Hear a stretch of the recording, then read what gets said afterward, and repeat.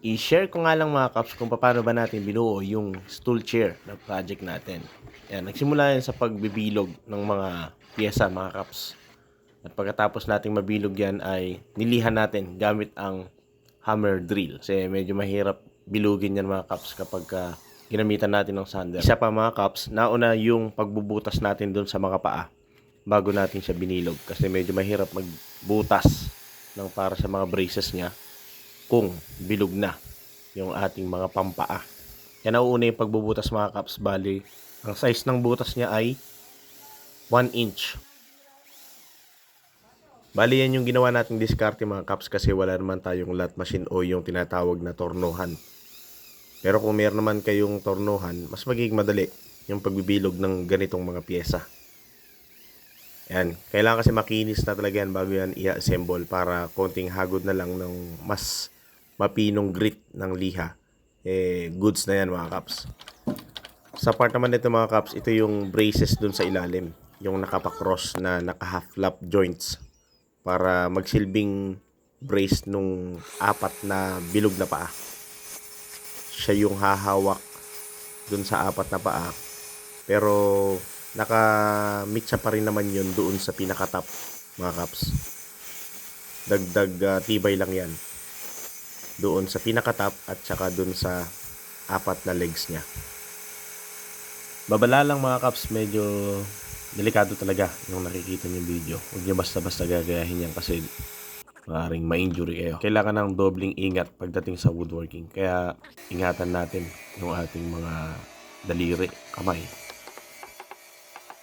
Kasi yan yung puhunan natin sa pagbuo ng mga obra.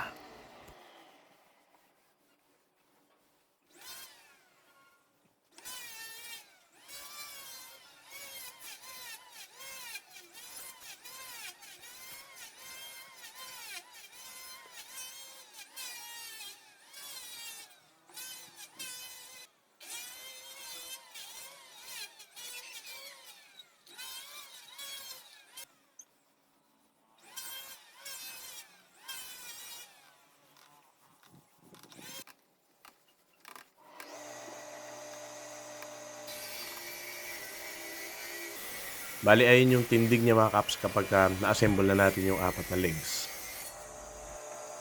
Kulang na lang nito ay yung hulma para dun sa salong puwit kung tawagin.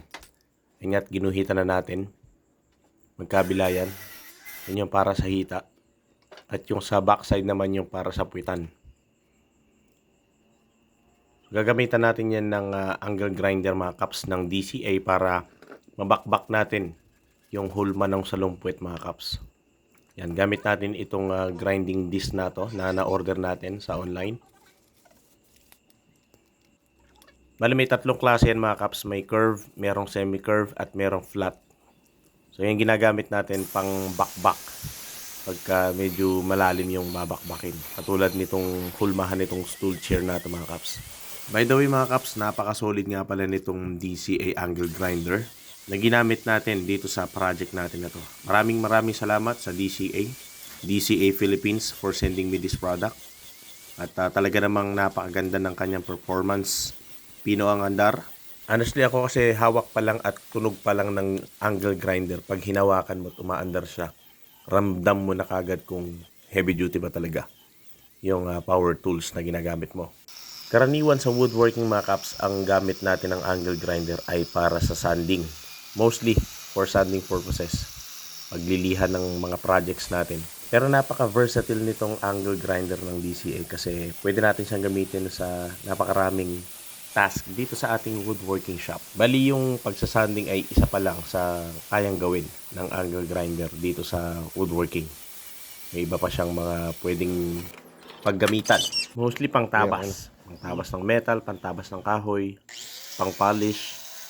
Kaya hindi dapat mawala ang angle grinder sa ating mga woodworkers. Isa ito sa pinakaunang dapat ipundar. At dapat nga meron kanyang 2 hanggang 3. Lalo't kung napakaraming projects na ginagawa. Pwedeng pang simento, pwedeng pang hasa. Napakaraming pwedeng paggamitan ng angle grinder mga kaps. Nilalagyan din natin yan ng guide bar para i-convert into a mini chainsaw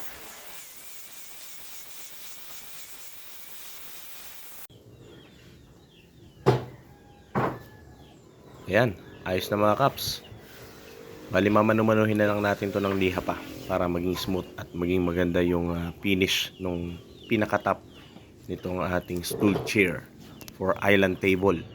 Siyempre, pasalamat tayo dito sa performance ng DCA. At pagkatapos nga sa ilang proseso mga kaps ay eto na yung kinalabasan niya after nating maliha, malagyan ng stain at mabarnisan. Quality!